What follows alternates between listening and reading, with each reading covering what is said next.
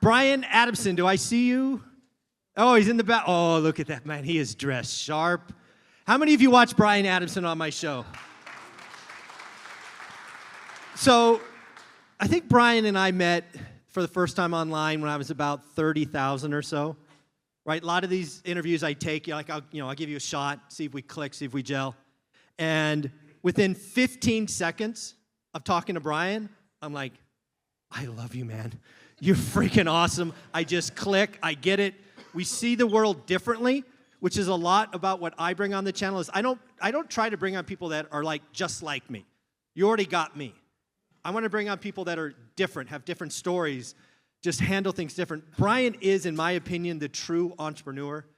He sees the future in technicolor. I can't even see tomorrow, right? I am stuck in what's right in front of me, and when Brian and I talk, whether it's recorded or not, it's like technicolor for him. It's like he can already see the future, and he's already operating at such a high level. It was such an honor to get to know him. It was such an honor for him to say yes to come out to an event like this. So do me a favor, give Brian some love, some attention. Mr. Brian Adamson. Let's roll, brother.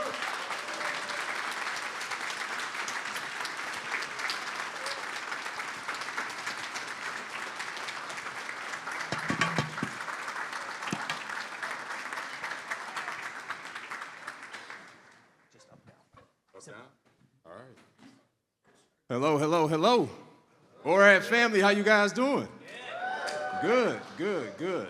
So I've been tasked today to talk to you guys a little bit about accountability and remote real estate investing. All right, now I gotta be honest, some of the accountability stuff is gonna sting a little bit, but it's for your good. Everybody all right with that? Yeah. All right, and speaking of accountability, right, we're only here today together because Mike held himself accountable. Mike said, when I hit 50K subs, I'm throwing a party. And so help me give it up for Mike Z for keeping his word.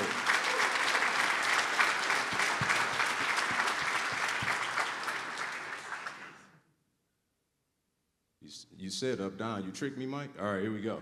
All right, so how many of you want to learn more about remote real estate investing? If that's you, say I do. I do. All right, now, knowledge isn't power.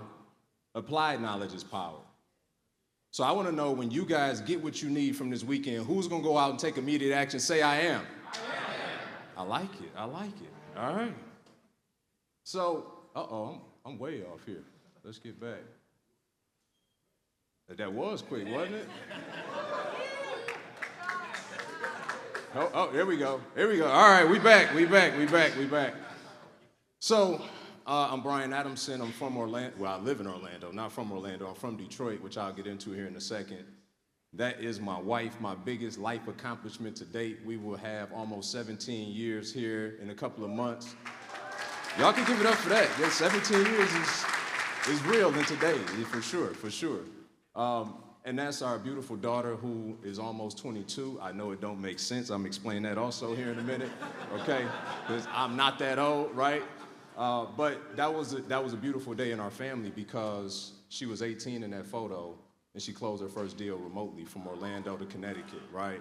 So Mike gifted her, sent her out a couple books to celebrate her. And what's important about that is we talk a lot about generational wealth, right? Which I think most of the time we associate that with the pass down of stuff. But I submit to you that generational wealth is really the pass down of skill, right? Grandma's house gets sold in probate every day of the week. So we know that the stuff is not enough. How to manage the stuff is what's important. Everybody say skill. Yeah. Skill is what's important. That's what we need to pass down, in addition to passing our estates down to our loved ones, okay? Okay, here we go. They got me again. They made it look so easy before. Let's go through. Okay. So I've done a couple things in the real estate world. I started in 2006, so I've seen quite a few market cycles. I started as a junior in college. Started with a $6,000 refund check. I started out as de facto private lender, helping people cover the cost of their deals. Then I figured out this thing called stated income loans. Anybody familiar? Had my fun with that in 2007 and 8, right? Had no formal education on how that worked, and I got a good one. I got a paid tuition for that. And, Deed and Lewis foreclosures, short sales, all that fun stuff back then. But I wasn't jaded, right? So I started running toward the market when everybody was pulling back. And in my primary market at that time, which was Detroit, I bought over 20 units from 2008 to 10. I was 24, 25 at the time. And it was a good time, till it wasn't, right? Didn't understand mechanical systems, order operations, didn't plan, didn't have reserves. And while those things cash flowed, the day that they started having a lot of problems, they didn't anymore, okay? And rather than be a slumlord, I had to sell off 90% of my portfolio in the down market. And so, expensive, right? Expensive lesson. Had I held on to that thing until the start of COVID, probably could have exited, made $2.5, $2.6 million. So, expensive lesson to learn. But fortunately, during that same time, I went out exploring, finally found some mentorship. I knew something was missing. I've been out there for 8 years, seemingly doing better than my sphere of influence, but we gotta be careful what we compare our success to, right? Because I was doing better than those people, but not the people that I should have been comparing my success to, who were really doing the business at a high level. And so thankfully, made a very uncomfortable investment in my household to the tune of tens of thousands of dollars to get the help that we needed. And while my wife did not necessarily agree, she did support me. And I really appreciated Jason and Jen talking about the dynamic of their relationship, because me and my wife figured out early on, remember that word I got to talk to y'all about today? What is it, accountability? It didn't work so well for us because I had a very difficult time of turning off business partner and wife. And for her, it was just all emotional, and she took it all as an attack on our marriage. And so I told her, I'd rather pay some people and keep this thing intact. So that's what we decided to do, right? But it's very important that although they're not in your vision, that they subscribe to it. Does that make sense? Very important. So it's our responsibility to articulate to them what the vision is, how they're included, but then also let them know how you can go out and delegate things so you can keep the two worlds separate. That's worked tremendous for us. She's like, look, go buy the apartment buildings, take me to Greece. I'm like, cool, it works out, right? So fast forward, I go and get the education. I learn how to do active income, fix and flip, wholesale, learn how to structure my business, asset protection, all those good things. And then did fix and flip wholesale for like the next 6, 7 years, a lot of active income strategies. And then the last 3 years started buying apartment buildings, okay? So to date, I own 120 units, the bulk of them being small apartment buildings from 6 to 40 units. Then I got a small tranche of 2 to 4 units as well, okay? Hopefully I get this right as we go. Let's see. There we go. Biggest accomplishment in business, by and large. Didn't see this one coming. The people that I've been able to pour into all over the world for the last 6 years. We got students in Denmark, Japan, Afghanistan, all throughout the states, and we've been able to teach them how to build multiple six-figure businesses in 12 months remotely via fix and flip, wholesale, cash flow, and it's just been a blessing to take my successes and failures and give it to people to allow them to go and build the lives that they want for themselves, okay? But it was not always like this. As I mentioned, I grew up on the west side of Detroit, started out humble beginnings. It was such a blessing. I didn't realize my parents were out here in Vegas celebrating their 46th-year anniversary, and so I got a chance when I flew in town to meet them before they flew out of town yesterday. So I got to spend time with my parents, whom I love. They taught me work ethic, right? My dad was a firefighter for 30 years for the city of Detroit. My mom was a cashier at a grocery store for 25 years. So no entrepreneurship in my family, but work ethic was always a thing. And it's important, what you tune into, you will turn into, right? And in my environment, the people that I saw that had the life and the lifestyle that I wanted were in the streets hustling. And so I emulated that lifestyle as a late teen and found myself looking at a 4 to 10-year felony my senior year in high school. I had a full ride academic scholarship to college. Got up there, as one could imagine, I was a bit distracted about what was going on with my freedom. Flunked out, lost that. Got my now wife, then girlfriend pregnant, all at that same time. But I can tell you, God showed up in my life in an amazing way. I found Christ during that same time, and while I can't fully articulate to you what was happening internally, externally, got on the other side of that case, fully expunged from my record, never went to prison, got rematriculated back into college where I graduated summa cum laude, and I showed you guys the beautiful family that I've been blessed with.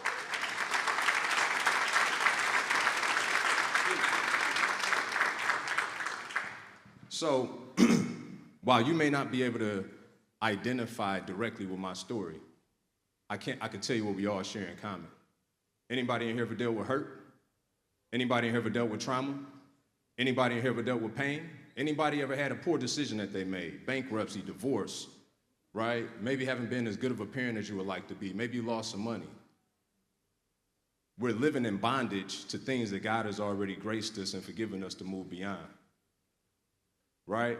The longer that you hold on to things from your past that don't serve you is inhibiting you on moving forward on the future that you desire for yourself. And so to the vein of accountability, I want everybody to tap yourself on the chest like this and say, I'm moving on. No, say it like you mean it. I'm moving on. Say it one more time. I'm moving on. Today, we're taking accountability of our past, but we're also taking accountability for the future that we want, and we're moving on. All right? So, not only is life about accountability, success is about accountability. Accountability, I would say, is the foundation of success. We got to be accountable for the things that we consume. You control your social media, not the other way around. We gotta be accountable to the decisions that we make.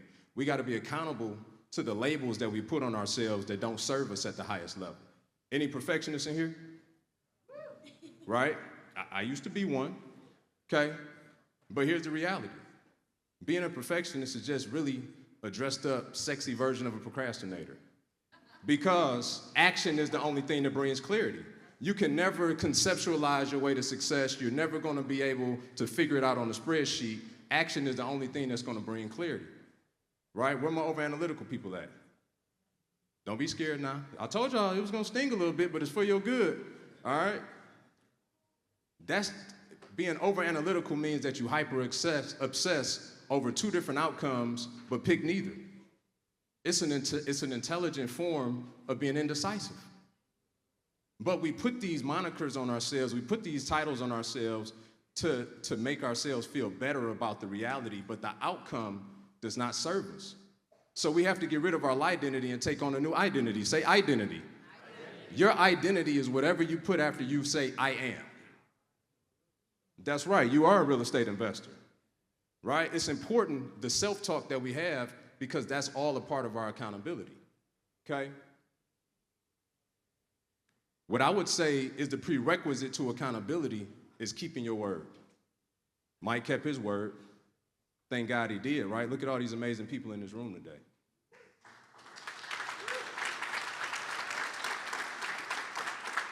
And so it's important that we keep our word to ourselves. Forget everybody else. That's important too. But it's even more important that we keep our word to ourselves. Because you can lie to everybody else, but you can't lie to that subconscious. Anybody ever been on a diet? Anybody ever broke that diet? I see pizza and beer in the back. I already know, all right? But here's the thing. While that seems simple enough, innocent enough, what happens is when we decide that we want to go and do monumental things like quit our job and build a 7-figure portfolio, your subconscious is saying, you couldn't even put down the beer for 60 days. You couldn't put down the pizza. So it seems innocent, but when you make a habit of that, the subconscious then develops a muscle memory that doesn't serve you, right?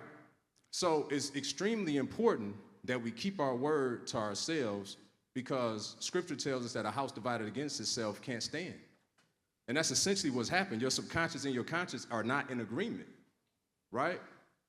Now, the good news is, as you start to keep your word and you develop that muscle memory, then as you start to take these quantum leaps in your life, this is how they happen, right?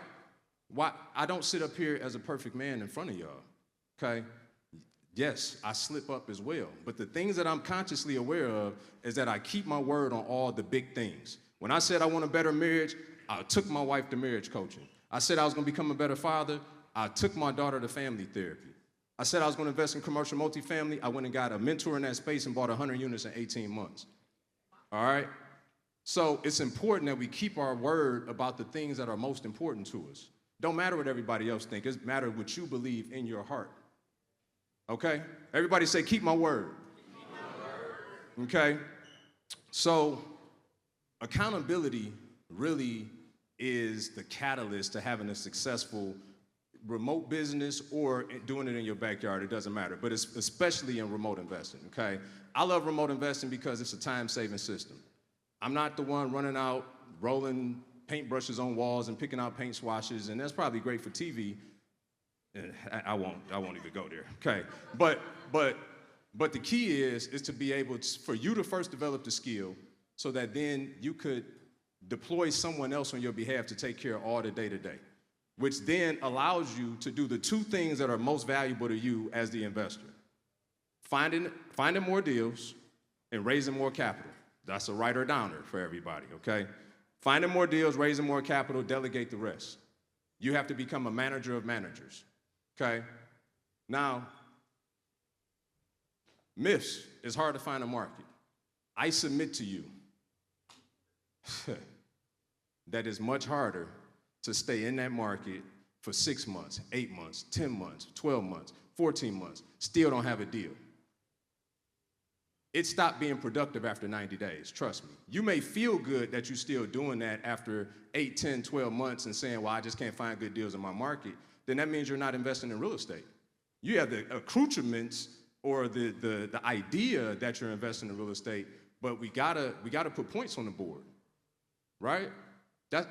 Isn't that what we're doing? We gotta put points on the board. We have to measure success. And while, yes, learning your buy box and all those things are extremely important in whatever market you go into, but at some point that thing gotta convert, right? And if you spent months in that market and you're not finding the deals that you desire, then you need to go elsewhere to get them, okay? Now, as it pertains to remote investing, everybody can go to this free resource called bestplaces.net, okay? Bestplaces.net, although I don't have time to drill deeply into it right now, will give you all of the information that you need about any market that you desire to go into. It will tell you whether you should fix and flip or cash flow in that market just by being able to analyze the data, okay? Bestplaces.net. Secondly, people believe that it's harder to manage the project. Can I submit to you that if you don't have the right processes and systems in place, I don't care if the property is 8 blocks away or 800 miles away, if you get that contractor 20, 30, 50% down and they're a scumbag, they're not answering your call or showing up anymore, right? And can anybody afford to lose 20, 30, 50% of their project before they ever get started, okay? So it's not about the proximity of the project, it's about the process. Say process. The process protects you. Everyone has to have the right systems and processes in place, and so as long as you have that, then you'll be successful. As a matter of fact, I venture to say that people who are closer to it are just more pissed off because they drive by it every day to still realize the guy's not showing up. That's me personally, all right? Some also say that it's more risky, okay? Everything in life is more risky the less informed that we are, okay? What happens is, because you feel as if the proximity is more of a safety piece, you go take money out of your bank account, still not informed at the level that you need to be, and go set it on fire right next door.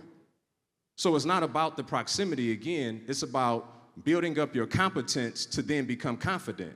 Everybody say competence. Competence is the substance of building confidence. No other way around it, right? We gotta get skilled, we gotta get competent and proficient at whatever it is that we're trying to do. All right? Come on now. I thought you loved me. What happened? Okay. Upside. Better margins.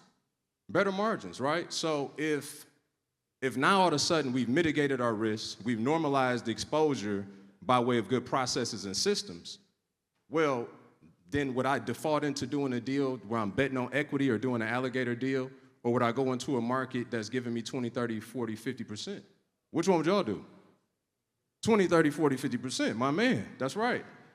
Okay, which is why I own over 100 units 800 miles from where I live. I live in paradise and I invest where it makes sense. Because I refuse to do deals in sunny, beautiful Orlando at 8% when I could take my show on the road and make 20, 30, 40, 50% on my money. Okay, so it's better upside. More time freedom. Right now, having 120 units, I spend about 6 to 8 hours a month on managing my portfolio. I have a call with my project manager every Monday and Thursday for 30 minutes. I have a call with the property management team every Thursday at 10 a.m. and maybe a contractor here and there, but it's like 6 to 8 hours, okay? Now, I don't say that to make you think you will start there. You will eventually get there with good processes and systems, right? But for many of our students, they're building multiple six-figure businesses in 12 months with 10 to 12 hours a week, right? Because most of the time, people are doing a bunch of random activity to get to the goal. The reason why we're able to streamline our time is because we're practicing the right things. Practice doesn't make perfect. Perfect practice makes perfect, right? So we got to make sure, because did y'all know you could get good at bad things? Did you know that was possible? Okay, because I lost a lot of money figuring that out. So I just wanted to make sure y'all knew that. Okay. And then, it's also recession-proof. Because regardless of what's going on in the economy, regardless of what's going on in the market, I can always pivot and go into the market that's most advantageous for me because I have processes and what? Systems. That's right. That's right. All right. Now, as my gift to everyone in this room, if you've probably been wondering why you're holding this flyer in your hand, hopefully you got one. If you didn't, you can scan this QR code, but I want to gift everyone here a free copy of my ebook, okay? And as a bonus to that, I want to invite you guys, for those that want to learn more about remote investing, I'm having a 5-day challenge, a virtual event here soon, and you guys will use the code ORAT, and as a courtesy to Mike, you guys get a discount code for that, okay? And then lastly, social media, Brian Adamson Official, everywhere. I spend thousands of dollars a month to curate great content to put out for free because people take it, they use it, and they benefit from it. I hope that you be the same. And I just want to say this. You're never going to be fulfilled in life until you do something fulfilling. We all bought this lie at some point that we got to work to pay bills and provide. No, we have to do some work. That doesn't mean that you sell your life and your time for a salary forever. Pick the work you want to do, double down on it, and go live the lives that you want for yourselves. Thank you. Thank you.